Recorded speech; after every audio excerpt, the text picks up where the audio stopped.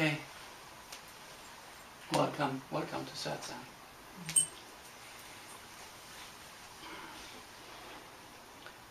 Recently, someone asked me, they said, they've been doing some research on YouTube. They've been looking over at quantum physics. And he said, all I've been hearing lately that the world is an illusion. He said, but to me it is very real. And he said, could you explain? So I thought, well, it might be a very good topic for satsang, okay? That the world is really all imagination, mind, illusion. But let's see the different facets of it, okay? I remember reading Leo Tolstoy, who wrote War and Peace. War and Peace. War and Peace anyway. He's also been regarded as a sage, a Russian sage, very highly respected. And one time he was asked, he said, what is the truth? And he said, the truth is one, and it is love. And then he continued and he said, love is not of the earth. So what he meant is that we express love physically, sexually, affectionately. We express it mentally, communication. And we express it emotionally. Relationship, security, marriage, etc., etc. He says, but it's very rare to have true love, because true love is when you transcend the world. Transcending the world, it leads us to the truth, because it brings us back to oneness.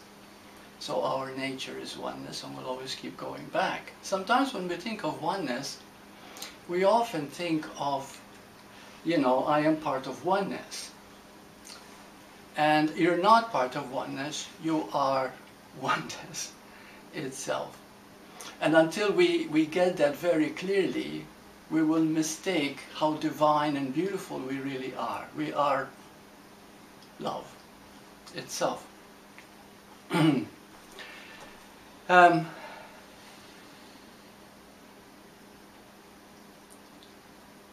You know, I'd like to discuss how, you know, I have studied and experienced how it all started from oneness. See, when we decided in oneness to be born human, and we decided that, it's very esoteric, you know, this decision, which the Course in Miracles calls it a mad idea. Religious people call it, you know, the fall of man, or the original sin. Some call it the expulsion from the Garden of Eden. But no matter how you call it, what it created is created duality, and we were born human. So here we were, you know, oneness appearing in multi-billion forms. Just picture the ocean. And then a little wave comes in on the surface of the ocean, and it creates a lot of waves. The waves seem to be separate, different, unique in expression. They're a lifespan of a millisecond. But they're all the same water. They're all the same one ocean.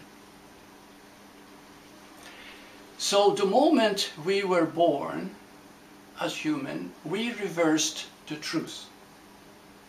Now let's talk about the reverse, how it happened. For example, you're born human being, okay? But immediately, because of the survival instinct, we focused on the human and we forgot the being. The being is the oneness, the being is God, the being is who we really are, it is love. It is that lasting, eternal state. Because we focused on the human, we forgot the being, then of course we began to identify with the false self. And that's when all the problems started.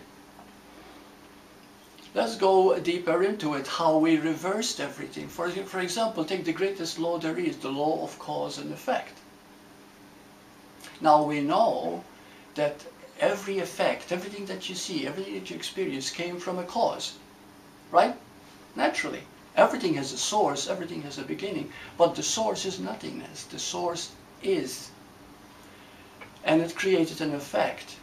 But what we have done in the world is that we forgot about the cause completely and began to live from the effect, thinking that the effect is real. The world is an effect. As a matter of fact, even physicists now know that matter came from nothing. But more importantly, it is still nothing even as matter. And Einstein's theory also relates to that, and all the other discoveries of the unified field of being. So here we see we are living in reverse. Now when we say that we're living from an effect, it is just like going out in the sun, okay, and you cast a shadow, right? The shadow is the effect from you being in the sun, right? You make that shadow real. Well, this is what we have done. We made the shadow real. We made the effect real. So now we come to the most important part of all in learning about the reverse. And this I would love you to pay attention, those of you watching this YouTube, because this is the most important part of how we created the world with our mind. See, everything is mind. Okay, the world that we think is all mind. There's no in or out, because the body is an appearance of mind. But this is something that we slowly come to recognize in time. Now, when the mind has two functions, creativity and perception. Now, the creativity part of the mind is called the law of attraction. This means that the moment you believe something to be real, it comes true to you. If right now you begin to not feel good, say, oh, maybe I'm getting a cold, and you believe it completely, you see, you begin to act from a cold situation. Actually, if you would think you're sick, you'll begin to feel sick, right? So in other words, what I'm saying is that the moment you believe something to be real, it already manifested. This is the world that we live in. We all live in a different world. If we were to engage and go inside you, how you look at the world, we will find that we're all seeing the world in a totally different way, according to how we created it. Now, this is very important. Our perception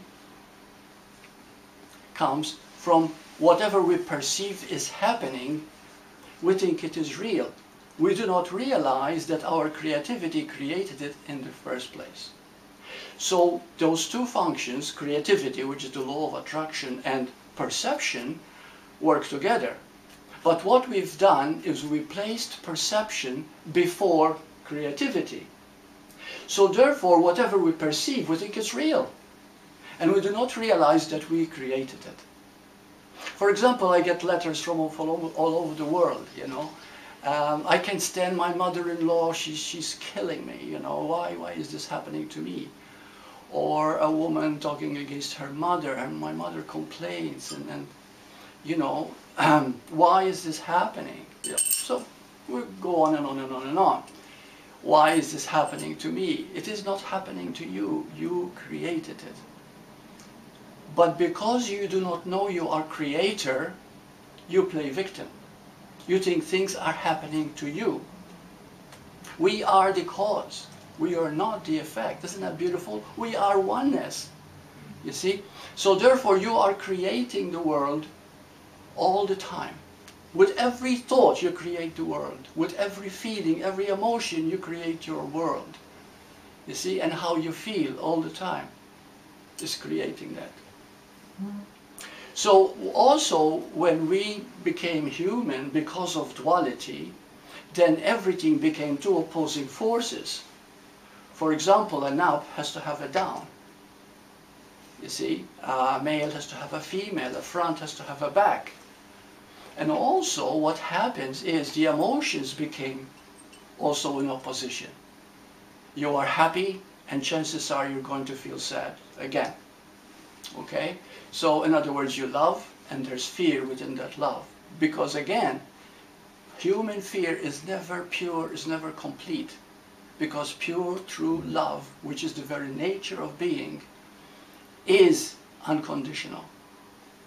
You don't love because.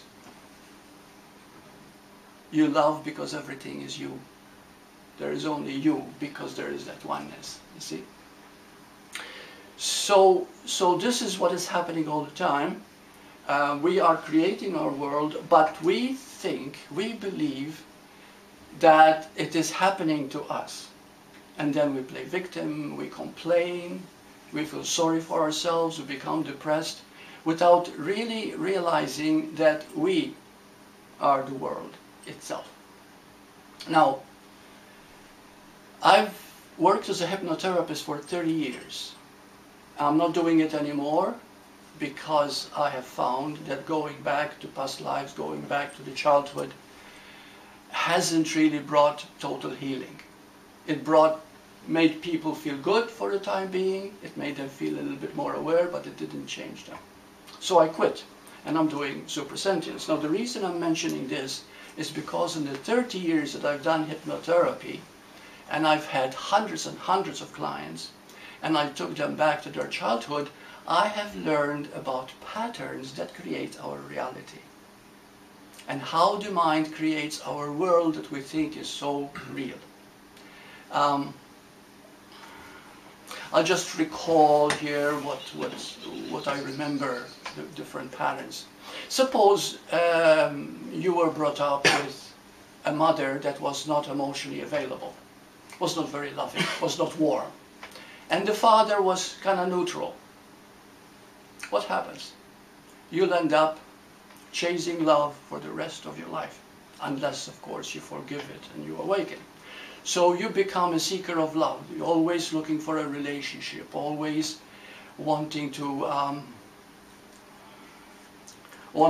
be approved of. And you also become a giver, incidentally, at this point, because you want to get. You see? So you're always in need of love, always seeking love, but never finding it. And usually marriages follow the same pattern, you know. People who are brought up in this kind of environment usually end up having several marriages or many, many relationships that never last. Now, and remember, we are not victims. We have created all this, and we're going to see slowly. Okay, so if I miss something as I go along, or I haven't convinced you about this or that, please ask me after a while, okay? So let's take another case. Suppose you were brought up with the feeling of abandonment. This is so common. When I had clients, and right away they claimed this, they felt abandoned. Now what happens when you feel abandoned? By the time you reach teenage years, you suffer what is known as the dark night of the soul. It happens at 90% of the time with people who felt abandoned.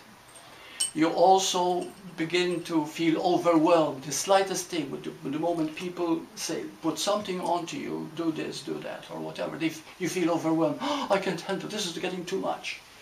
You see? Or another thing too, because as a child you felt abandoned, you also suffered from a loss of identity.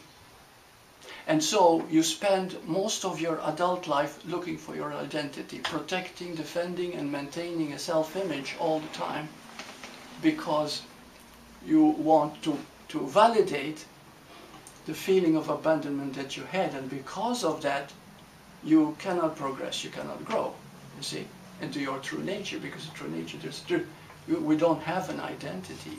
You just are divine being, if you call that an identity. Okay?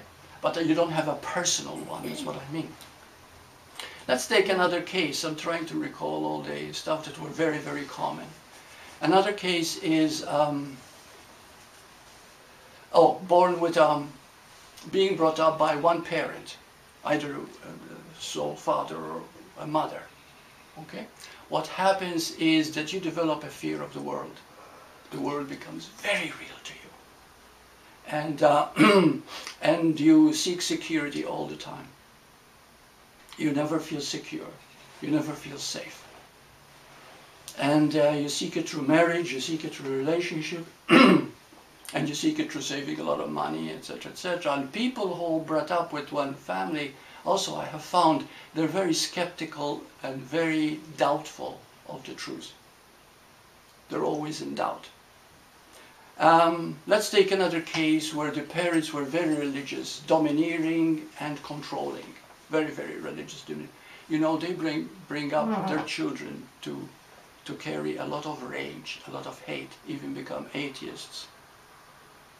You know, a lot of anger remains inside them. And then we have, and I'll stop here because I think those cover a wide range of upbringing. This particular kind would be very loving parents, but they are very controlling, very disciplined. So the children, male or female, become a nice boy or a nice girl.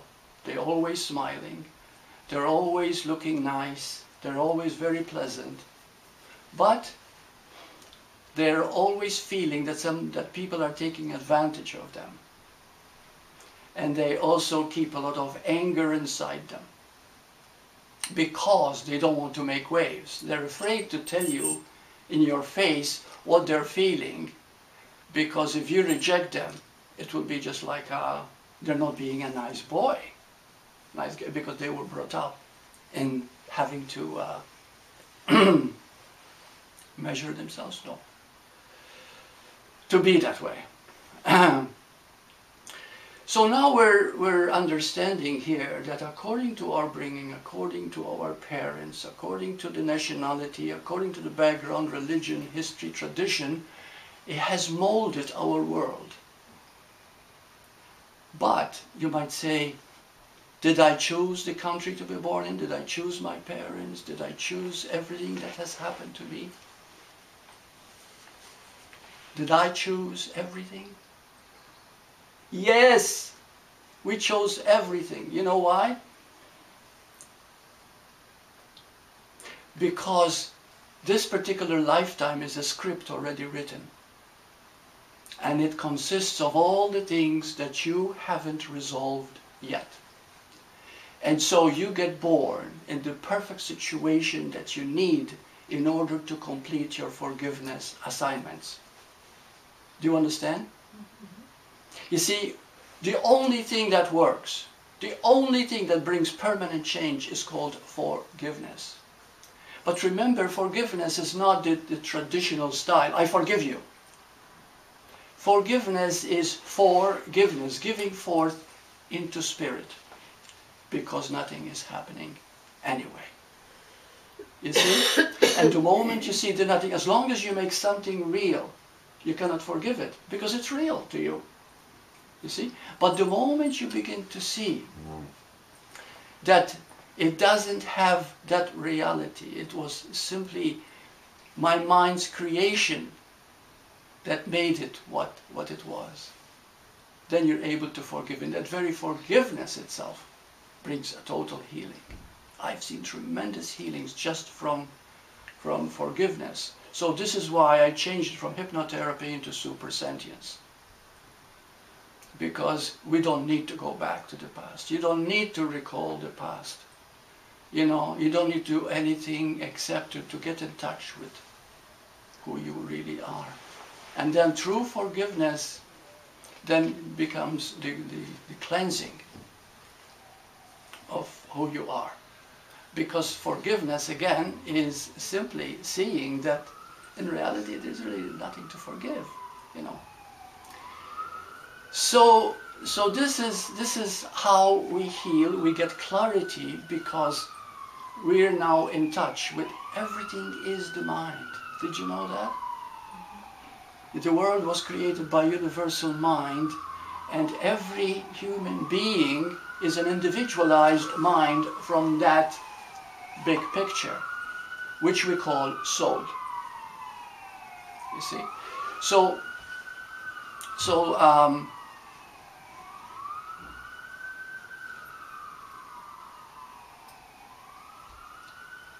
Okay, I was heading towards something. Yeah.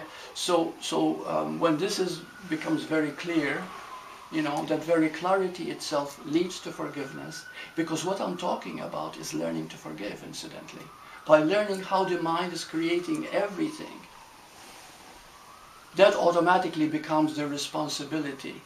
That how my life is now, everything that is happening to it, whether I'm in a relationship or not, whether I'm living alone or not, whether I'm living in here or there, is all created by certain things that you either needed or thought you needed or you believed to be real, and they manifested. And now by going through that and learning to forgive it, you see every time you forgive, okay, you are actually collapsing time in your favor. Did you know that? That's a big one. I didn't realize that until a few years ago. And I've seen it happen in my life. You see, let's say you hate someone. And this person has been, and you hated this person for so long because they raped you, or they killed someone in your family or whatever, something that you can't forgive. But what if at one moment you totally forgive? You'll find a sudden healing, almost miraculous, the way it would happen. See, this is the greatest grace. In fact, it's been said by masters, he said, I can tell how much you have grown spiritually, what's level, quote, level, you know, of understanding that you have spirituality by the extent of your ability to forgive. You see, Jesus was perfect forgiveness, and took all the great beings in history. They all had that ability to forgive completely. Now ask me some questions, because yeah. Just what you said about forgiveness, is it that you just disappear and you see the situation for exactly what it is? You see it exactly as it is. See, and it's not about you. Nothing's about you. Nothing is about you. If you say something that would hurt my feelings, let's say, okay? Let's say you say something, you wanted to hurt me or whatever it is. The pain is really in you. What you're seeing is your projection. Okay? We project what is inside us. We either deny it and it stays inside us, or we project it. We throw it forward, you know, to get rid of it. So we blame another for the way we are. You see? Now if that person who's blamed gets offended and they keep it inside, then we have created double problem here. You see? So now because you become defensive and you begin to protect yourself because you've been hurt, so now we have this big problem, but actually nothing happened. The moment you begin to see that nothing actually happened, it is because some feelings or some creative thought process, it seemed to have happened. When you begin to see that and you forgive it because you see that there's nothing to forgive, that becomes tremendous healing. Now, there was a Dr. Ben Johnson, and I think I mentioned his name all the time, and he talked about, he said that after 20 or 25 years of doing cancer research, he says, I've never seen a cancer patient who did not have unforgiveness issues. And so what he does is probe the patient of what they are holding in. And he found the remarkable changes and healings that happen the moment they began to forget. Because another thing that happens too, you see, we have seemingly different levels of mind, conscious, subconscious, and unconscious. Now, if an incident goes back to the unconscious, you don't even know it's there, but it's still playing havoc, you see? So this is where sometimes I used hypnotherapy so that we unearth some of these feelings, but then again you can even do it in the moment too. Because if you find yourself getting moody very often, getting upset very easily, there's a pattern that triggers certain feelings. Once you begin to see this pattern, hey, there is something that's really bugging me when this is repeated. And then you might recall of something has happened that somehow keeps bringing it up, you see? Once? Yeah. I like your word pattern, to be able to stop and look back at Yes, the that pattern. is better than anything else. Because we all have patterns, the way we think, the way we feel, everything. When we get in touch with these patterns, then we see exactly the blocks that we have created. Nobody has created these. You know, I had a woman recently Skyping, and she said, my boss is always yelling at me. You know, and I said, this happened before? She said, yes. You know, so we went into it, and we talked about, you know, about her boss and the situations and how, and then finally, to make a long story short, she began to see certain patterns that she actually created through her thought process. How she's created this situation. And you see, we react to people according to their auric field, to their thought patterns, how they look at life. We don't have to talk to feel a person. You see? And the moment you begin to feel a person, you act with them accordingly to how they are putting out their world. So this is the sensitivity that comes with understanding. You see? And when you begin to see the pattern, then you forgive, or it leads you back to what caused the pattern, then you forgive it. And the moment you forgive it, really forgive it to the point where you see there was nothing there, it was all in my mind. You know. Burt, I wasn't clear on that. You mentioned that once you're able to forgive, I forget how you put it, there's a collapse of time? Yes, yes. How does that work? Oh, thank you for that, incidentally, because sometimes I'm running in the mouth and I'm not explaining completely, and this is a very good one. Okay, well, this is what happens. I don't know whether any of you have read the book Disappearance of the Universe with Gary Renard. Mm-hmm. Have you? No. Did you read it? Mm-hmm. Okay, well, he tells one time he went to a movie, and when he went to this movie, he thought, oh my goodness, you know, this is crap. I'm wasting my time, 2 hours watching this movie. What a horrible thing. I could have done something better with my time. And he came out complaining. Well, then he met his teacher. And his teacher said, well, you had to go to that movie that you hated because your forgiveness lessons were so beautiful, you were so good, that you actually created a scenario in which you go to a movie theater so that when you get out, you won't get endangered by a car that's coming in a corner that will hit you and kill you. So he prevented that accident from a very serious accident because his forgiveness lesson collapsed time in his favor by going to that movie instead of another one. Did you understand how it happened?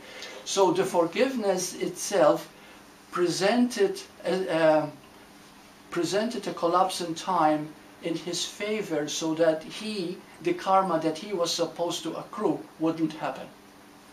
I missed where his forgiveness happened. Yeah. Oh, he forgave. It didn't say, and I'm just recalling Gary Renard, his true case. It's a true case. So where did he experience the forgiveness?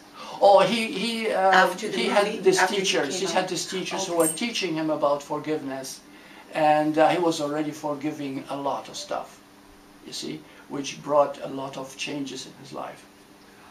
So what it meant is this, that we have a pattern, okay? When we come on earth, we are born to certain parents, environment, situation, and everything else, and we live life according to that. You see, which we need to learn. Now, anything that has been unresolved, we can get to know it. Because if you ever feel unhappy, if you ever feel depressed for almost no reason at all, if you're very moody, there's something that's eating away at you. You see? If you get in touch with it, because our nature is happy, our nature is joy. The very nature of love is joy. And if you are not having joy in your life, that means you're harboring fear and guilt. And guilt and fear are patterns that have happened, you know, in this lifetime or the lifetime before, which you still haven't resolved. The moment you resolve that pattern, then, and you forgive by forgiveness, then everything that follows from that negative pattern will not happen. Am I explaining myself? So that when you can forgive, then you move from the pattern that you had up to that point to a different pattern, and in the case of your example, it very good. Would have ended up in an accident or a tragedy of some sort, but right. Didn't because he moved into a new because pattern. That's right. So the lesson that he was supposed to learn. Okay, let's say you steal or hurt somebody. You see, what happens is this. It's not that I'm saying we should believe in karma, reincarnation, all this. This is fine as an explanation. The truth is we are oneness. The moment you separate from another by hurting them, you have hurt yourself automatically. See, this is how it works. Okay? So, but the hurt might not happen right away. It might take its time before you learn it. You see? But it's in the script, so to speak, that you've hurt somebody, so chances of you getting hurt at some future date is going to happen. How, where, when, we don't know. Okay? But it's bound to happen, because how am I going to learn to have compassion? How am I going to learn to forgive and be loving? Right? Okay, we cannot, unless the same thing happens to us. So therefore, if we forgive by seeing this pattern that's making us feel so guilty and fearful, then we also collapse time in our favor, in the sense that this thing that was supposed to happen back for what we did will not happen. Because we're no longer that. We're no longer, we've forgiven it. We're no longer creating that rift in our oneness. You see? I'm just trying to find some, maybe, are you all getting it, or am I clear here? Well, we're recreating, you could say. Every moment we are creating our life. So the forgiveness changes that. And forgiveness changes that in our favor. Changes the vibration, I guess. Changes the vibrations, changes everything. Yeah. You see? Yeah. So everything is a lesson in love. Ah, beautiful. Everything is a lesson in love. Beautiful. Exactly. So this is what we're learning all the time. We are oneness. We are divine beings. You see? And so anytime that you transgress that, you are actually creating a lesson for you to learn. For example, okay, let's say you're a teenager, a little wild, and you go and destroy a car, just for the hell of it, you know. And sometimes teenagers do that if they've been brought up being spanked by their father all the time, you know. There's some anger and release of energy. So therefore, how is that child going to learn? By spanking him? By disciplining him? No. He will learn if the same thing happened to his own car. Got it? So chances that this is what is happening then. You see, life is so perfect that whatever you do to another has to be backed up and happen to you, so that you learn compassion, you learn love, a lesson in love. You see, and that's all we are learning all the time. And so we, as every time we forgive, we're moving closer and closer to that love that we are. You see? So when you just said that about doing to another, that can be absolutely anything. It can be a thought, it can be an action, it can be... and you will receive an equivalent, because again, it is the equivalent that is teaching you, you see, how to undo that particular thing, so that you can, you see, somebody might, you might do things to people and you become very unkind and you take it for granted because you've been brought up that way, maybe through an environment, slum area or whatever. But when it starts happening to you in the same way that you did it to another, and for a moment you remember, my goodness, I remember when they, you know, when they did that to me, it really was hurtful, and I did that to them. that very understanding that will bring the compassion, the clarity, you see.